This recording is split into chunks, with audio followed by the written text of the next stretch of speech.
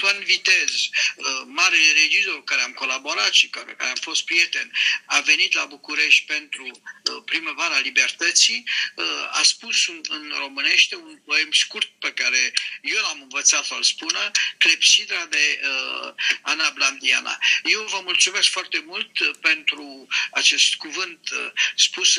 în română și care trasează într-un fel locul extraordinar de important pe care l-a avut revista Secolul 20 pentru generația mea, când ea a fost, cum se spune, o fereastră spre cultura lumii, spre cultura occidentală și în același timp această revistă importantă m-a primit și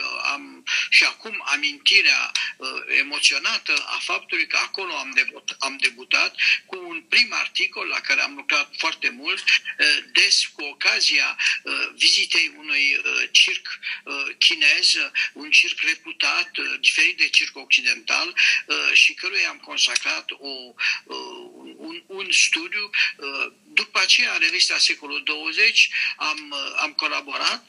și azi, gândindu-mă pentru această întâlnire, mi-am amintit momentele în care Secolul 20 mi-a publicat texte, un ultim text înainte de a părăsi România pentru a veni în Franța, după aceea un alt text trimis de la Paris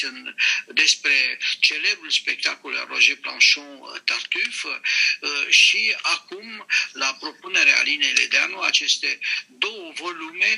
care reunesc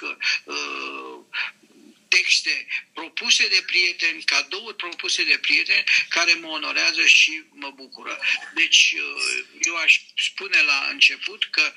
aceste două numere sunt două numere care, într-un fel, închid cercul început cu debutul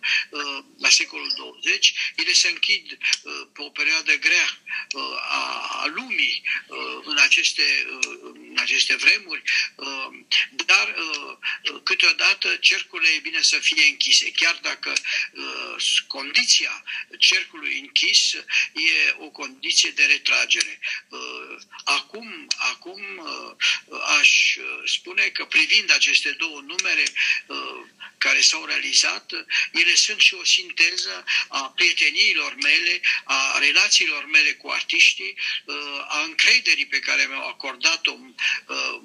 mulți prieteni și totodată astăzi suntem reuniți în jurul teatrului. Invitații care mi-au făcut plăcerea să accepte să vină sunt toți oameni de teatru, dar într-un fel deschiderea secolului 20 se regăsește pentru că aici sunt prezenți scriitori celebri în Franța, că sunt și prieteni, Florence Delay, Daniel Salnav, Laurent Godet, premiul Goncourt, care mi-a fost student, intelectuali români